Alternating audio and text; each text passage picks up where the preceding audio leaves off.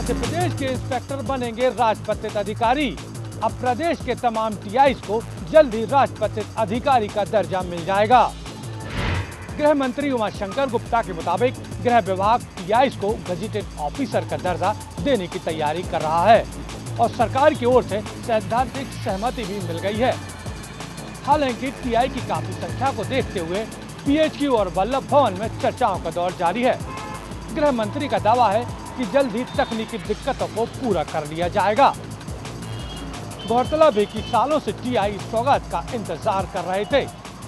Gazetted officer का दर्जा मिलने के बाद टीआई का रुतबा और सम्मान तो बढ़ेगा ही, साथ ही इनके वेतनमान और स्केल में भी खासी बढ़ोतरी हो जाएगी।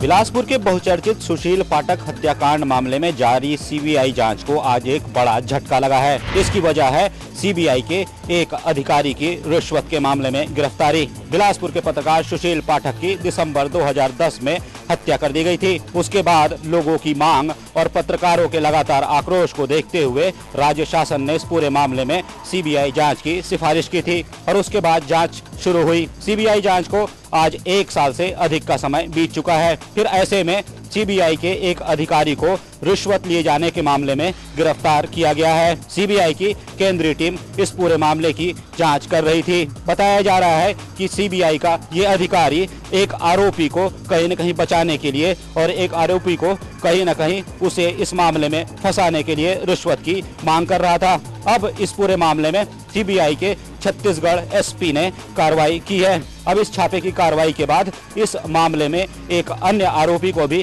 गिरफ्तार किया गया है, जो इस पूरे मामले में मध्यस्थ की भूमिका निभा रहा था। अब देखना यह है कि इस गिरफ्तारी के बाद इस पूरे सनसनीखेज हत्याकांड की जांच किस दिशा में जाती है और क्या इस जांच टीम को बदला जाता है या फिर इसी जांच टीम को इस हत्याकांड के जांच की जिम्मेदारी दोबारा सौंपी जाती है।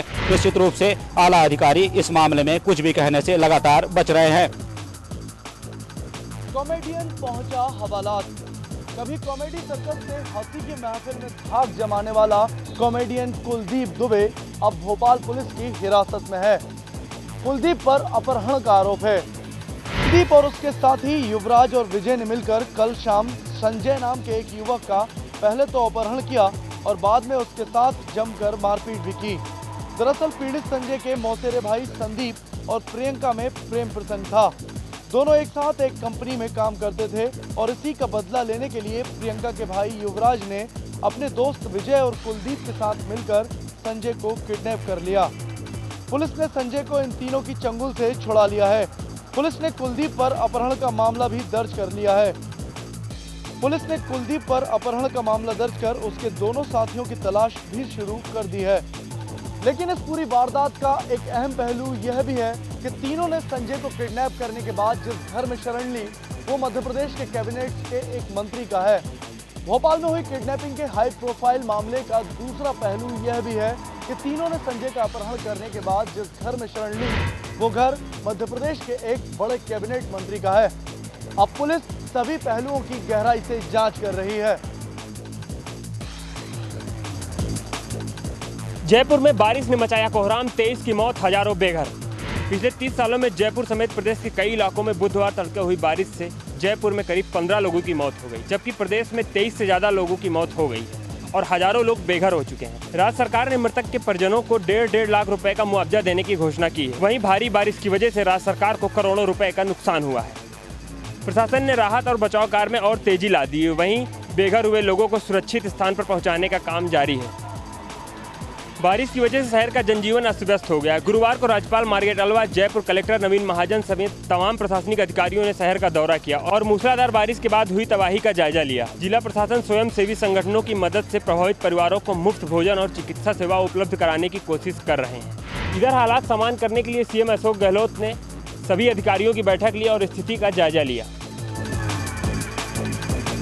लगातार हो रही बरसात के चलते 2 की मौत। प्रदेश भर में लगातार हो रही बरसात के चलते जनजीवन अस्त व्यस्त हो चुका है और इसी के चलते भरतपुर में 2 दिनों से लगातार हो रही बारिश में 2 लोगों को अपनी जान से हाथ गंवाना पड़ा। पिछले 2 दिनों में बारिश से 2 लोगों की मौत हो चुकी है। वहीं शहर में सभी नदी नाले उफान पर है। 30 वर्षों के बाद हुई ऐसी बारिश ने राज्य सरकार के आपदा प्रबंधन की पोल खोल कर रख दी है। बारिश के बाद जहां प्रशासन फौरी तौर पर लोगों को राहत पहुंचाने में नाकाम साबित हो रहा है, वहीं मौसम विभाग ने दोबारा इलाके में भारी बारिश होने की घोषणा करके प्रशासन की नींद उड़ा दी है। भारी बारिश की आशंका को देखते हुए प्रशासन ने इलाकों में हाई अलर्ट घोषित कर दिया है। वहीं दूसरी तरफ सीमावर्ती इलाकों में बरसा हुआ पानी नदी नालों के सहारे भरतपुर की तरफ आ रहा है, जिसकी तरफ से यहाँ के स्थानीय लोगों में चिंता बनी हुई है। लापरवाही हमेशा दुर्घटना का कारण होती है, यह सभी लोग हम देखते आए हैं और आज वही लापरवाही बरती जा रही है विद्युत विभाग के द्वारा। बुधनी तहसील के ग्राम बख्तरा में सब स्टेशन पर भरा हुआ है पानी। लगभग 1 महीने से भरा यह बारिश का पानी बड़ी दुर्घटना को अंजाम देने के लिए तैयार है।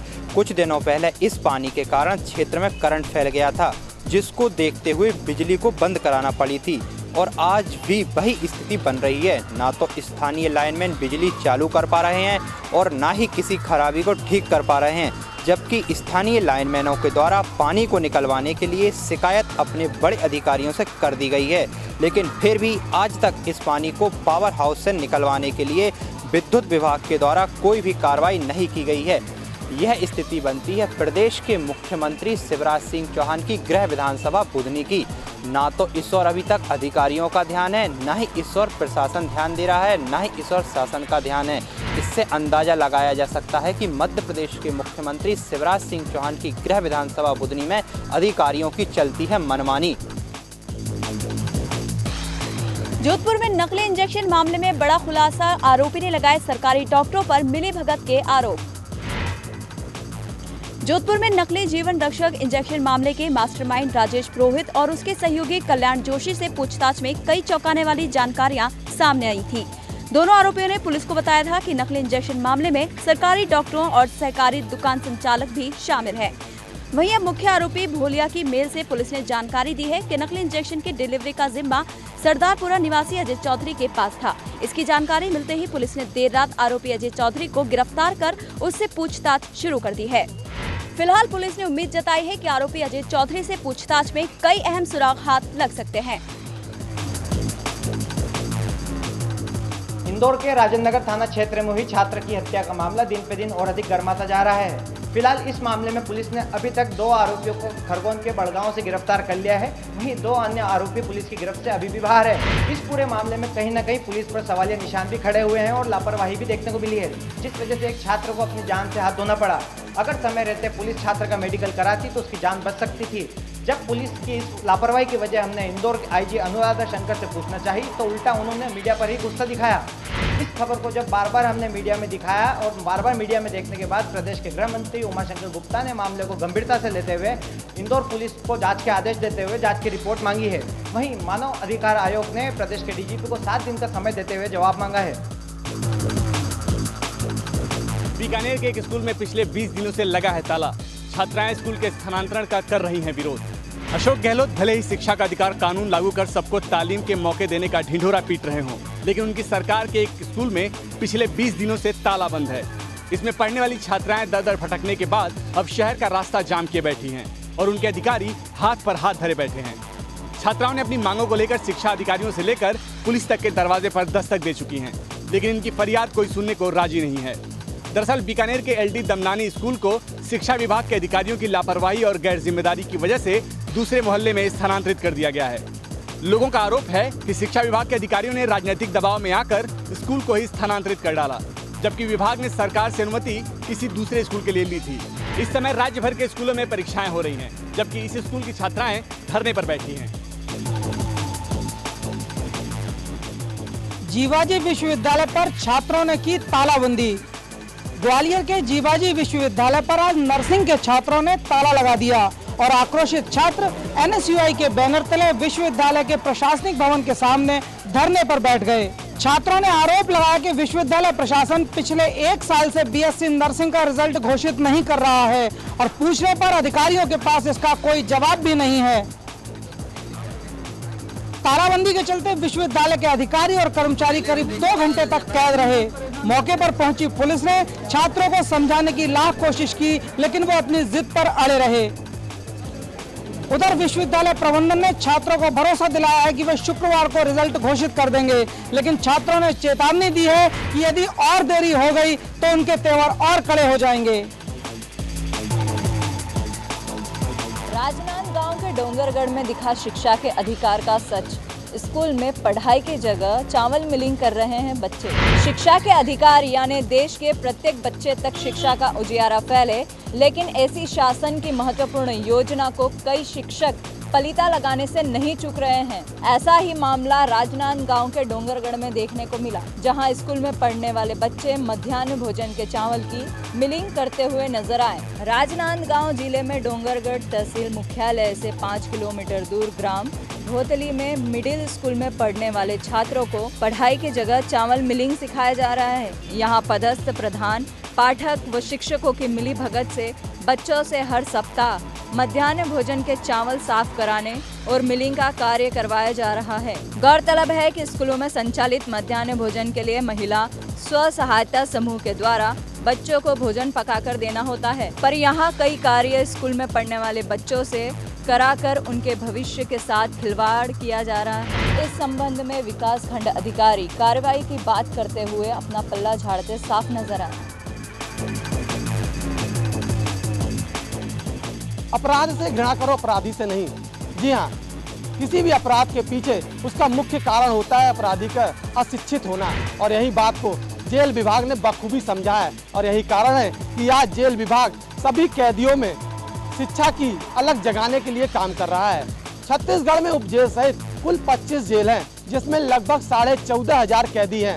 इनमें से 3,400 कैदी ऐसे हैं जो पहली से लेकर पोस्ट ग्रेजुएट तक की पढ़ाई कर रहे हैं। जेल विभाग का मानना है कि इन कैदियों में शिक्षा का संचार होने से ये आने वाले दिनों में अपराध से घृणा करेंगे और अच्छे कामों की ओर जाएंगे। वहीं कैदी भी जेल विभाग की इस पहल का स्वागत करते हुए अपनी पढ़ाई लिखाई में मन लगा रहे हैं। इस जेल में पहली से लेकर पोस्ट ग्रेजुएट तक की पढ़ाई करने वाले कैदी ही हैं और इन्हें पढ़ाने वाले भी कैदी हैं। पोस्ट ग्रेजुएट के लोगों को पढ़ाने के लिए ही कुछ शिक्षक बाहर से आते हैं, बाकी कैदी ही पूरी कक्षाओं का संचालन करते हैं। और यहाँ का यदि परीक्षा परिणाम देखा जाए तो वह भी काफी अच्छा होता है। अब देखना है कि जेल विभाग द्वारा शुरू किए गए इस अभियान में कितनी सफलता हासिल होती है। इस योजना से कितने कैदी लाभान्वित होते हैं और आने वाले दिनों में जेल से बाहर जाकर लोगों में शिक्षा का प्रचार करते हैं। मकान में बोर्ड आंगनवाड़ी केंद्र का, लेकिन मकान के अंदर अवैध शराब का गोदाम। जी हाँ, जबलपुर में कुछ ऐसा ही नज़ारा उस वक्त देखने को मिला जब गोरखपुर पुलिस ने जॉर्ज डिसिल्वा वार्ड के 27 नंबर के आंगनवाड़ी केंद्र में छापा मारा। पहले तो यहाँ पर ताला लगा हुआ मिला, लेकिन जब ताला तोड़कर पुलिस इस आंगनवाड़ी केंद्र के अंदर पहुंची तो वहाँ पर शराब रखी हुई थी। और शराब थोड़ी बहुत भी नहीं, पूरे 35 पेटी शराब, जो कि पूरी अवैध रूप से यहाँ पर लाई गई थी। पुलिस ने मकान मालिक मुन्ना सोनकर के खिलाफ मामला दर्ज कर उसकी तलाश शुरू कर दी है। लेकिन सबसे आश्चर्य की बात तो ये है कि जिस केंद्र में बच्चों को शिक्षा और उन्हें भोजन उपलब्ध कराया जाना चाहिए था, वहां पर अवैध रूप से शराब का स्टॉक किया गया था। अब इस पूरे मामले की उच्च स्तरीय जांच की जा रही है। राजस्थान बीज निगम पर कोटा में एसीबी का छापा। उपचारित बीज के नाम पर हो रहे घोटाले की मिली थी शिकायत। कोटा में एसीबी की टीम ने आज राजस्थान बीज निगम पर छापामार कार्रवाई करते हुए गेहूं के सैंपल लिए हैं। एसीबी को शिकायत मिली थी कि कोटा बीज निगम उपचारित बीज के नाम पर करोड़ों का घोटाला कर रहा है। बीज उपचारित किए बिना ही स्थानीय अधिकारियों ने उसके बिल उपचारित होने के पास करवा लिए हैं और किसानों को जो बीज दिया गया है वो भी उपचारित नहीं है। साथ ही बचे हुए गेहूं को व्यापारियों से साठ गांठ कर कम दामों पर उसकी नीलामी करने की तैयारी की जा रही है। शिकायतकर्ता मुरारी लाल खंडेलवाल की शिकायत के बाद एसीबी की टीम ने आज बीज निगम में रखे उपचारित बीज के सैंपल लिए। एसीबी की टीम अब इन लिए गए सैंपलों की जांच करवा रही है कि वे उपचारित है या नहीं। शिकायतकर्ता का आरोप है कि राजस्थान बीज निगम के कोटा दफ्तर में ऐसे 9 बड़े घोटाले सामने आ सकते हैं। अगर पारदर्शिता से जांच हो तो बड़े नाम सामने आएंगे, साथ ही सरकार को होने वाली हानि को भी बचाया जा सकता है। फिलहाल यहाँ पर रुकेंगे एक छोटे से ब्रेक के लिए। ब्रेक के बाद भी आपके ही शहर की खबरें जारी रहेंगी।